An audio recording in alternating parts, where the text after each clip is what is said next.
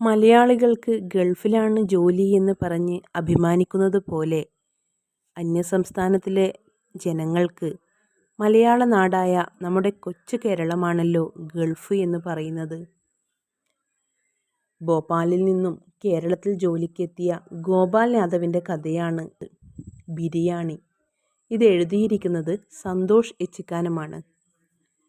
മാതൃഭൂമി ആഴ്ചപ്പതിപ്പിൽ ആദ്യമായി അച്ചടിച്ചു വന്ന ഈ ചെറുകഥ ഒട്ടനവധി ചർച്ചകൾക്ക് വഴിയൊരുക്കിയിരുന്നു. ജോലിയില്ലാതെ വീട്ടിലിരിക്കുന്ന ഗോപാൽ യാദവിനെ കലന്തൻ ഹാജിയുടെ വീട്ടിലേക്ക് ജോലിക്കായി കൊണ്ടുപോവുകയാണ്. ആ നാട്ടിൽ അറിയപ്പെടുന്ന ഒരു ഹാജിയാരാണ് കലന്തൻ ഹാജി. അവിടെ വലിയൊരു വിവാഹ സൽക്കാരം തന്നെ നടക്കുന്നുണ്ട്. കുഴിയെടുക്കാനാണ് തന്നെ വിളിപ്പിച്ചതെന്ന് അപ്പോഴാണ് ഗോപാൽ യാദവിന് മനസ്സിലാകുന്നത്. ഇതിനിടയിൽ ഗോപാൽ യാദവിനെ കലന്തൻ ഹാജി പരിചയപ്പെടുന്നുമുണ്ട്. കൽക്കരിയിൽ ജോലി ചെയ്യുകയായിരുന്നു താൻ ഇതുവരെ എന്ന് ഗോപാൽ യാദവ് പറയുന്നുണ്ട്. ആ സമയത്ത് ഗോപാൽ യാദവിൻ്റെ മനസ്സിൽ കൂടി തൻ്റെ മാതങ്കിയെ പരിചയപ്പെട്ടതും കൽക്കരി ഖനിയിൽ നിന്നാണല്ലോ. 10 രൂപ കൂലിക്ക് വേണ്ടിയിട്ടാണ് ആ ഖനിയിൽ ജോലി ചെയ്തത്. കൂടെയുള്ളവർ ഒരുപാട് പേര് മരണമടയുന്നതും ഒക്കെ അപ്പോൾ അദ്ദേഹത്തിൻ്റെ മനസ്സിലൂടെ കടന്നുപോയി. കലന്തൻ ഹാജിയുടെ ചെറുമകൻ വിളിച്ചു പറയുന്നു, ഒരാൾ പൊക്കത്തിൽ കുഴിയെടുത്തോളൂ. അങ്ങനെ വീട്ടിലെ പിന്നാമ്പുറത്ത് കുഴിയെടുത്തുകൊണ്ടിരിക്കുമ്പോൾ മൂക്കിലേക്ക് നല്ല വസുമതി അരിയുടെ ബിരിയാണിയുടെ മണം അടിച്ചു കയറി. ആ മണം വന്നപ്പോൾ തൻ്റെ ഭാര്യയെ ഓർമ്മ വന്നു. തൻ്റെ ഭാര്യ മാതങ്കിക്ക് 6 മാസം ഗർഭിണിയായപ്പോൾ വസുമതി അരിയോട് വല്ലാത്തൊരു കൊതി തോന്നി. പണമില്ലാത്തതിനാൽ കടയിൽ നിന്നും 50 ഗ്രാം അരി വാങ്ങി മാതങ്കിക്ക് നൽകി. വീടെത്തുന്നതുവരെ കടല കുറിക്കുന്നത് പോലെ അവൾ വസുമതി അരി കുറിച്ചുകൊണ്ടേയിരുന്നു.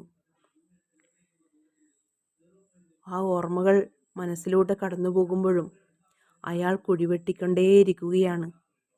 ഒരാൾ ഉയരത്തിൽ കുഴിയെടുത്തു.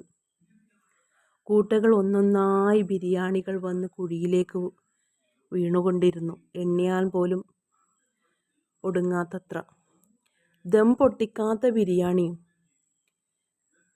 ഒരല്പനിമിഷം കുഴിയുടെ വക്കത്തിരുന്ന് അയാൾ ആലോചിച്ചു.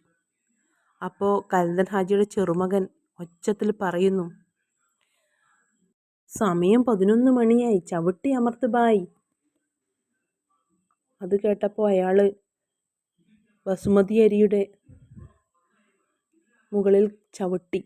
അപ്പോൾ അതിൽ നിന്നും ഒരു കരച്ചിലുയരുന്നു. തൻ്റെ മകൾ വസുമതി അയാൾക്ക് ഓർമ്മ വന്നു. കണ്ണിൽ നിന്നും പിടിച്ചു നിർത്താൻ കഴിയാത്തത്ര വെള്ളം വന്നുകൊണ്ടേയിരുന്നു. സിനാൻ ആക്രോശിച്ചുകൊണ്ടേയിരിക്കുന്നു, ചവിട്ടി അമർത്ത് ബായ്. മനസ്സിൽ നിന്നും നീറിപ്പുകയുമ്പോഴും അദ്ദേഹം വീണ്ടും വസുമതി അരിയുടെ നെഞ്ചിൽ ചവിട്ടി. കരച്ചിൽ പിന്നീടതൊരു ഞെരുക്കമായി മാറി. പതിയെ പതിയെ ആ ഞെരുക്കവും ഇല്ലാതായി. ഇനി മൂടിക്കോ.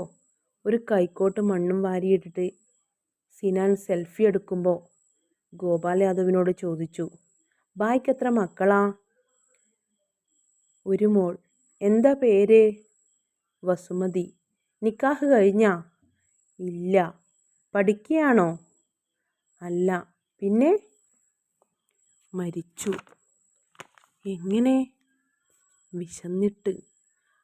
അയാൾ ഒരു കൈക്കോട്ട് മണ്ണും വസുമതിക്കുമേൽ കോരിയിട്ട് ഒരു നിശ്വാസമെടുത്തു. വസുമതി അരിയിൽ ചവിട്ടുമ്പോൾ അയാൾക്ക് ബാക്കി നിങ്ങൾ പുസ്തകം എന്തായാലും വായിക്കുക. ഇഷ്ടപ്പെട്ടെങ്കിൽ ലൈക്ക് ചെയ്യുക, ഷെയർ ചെയ്യുക.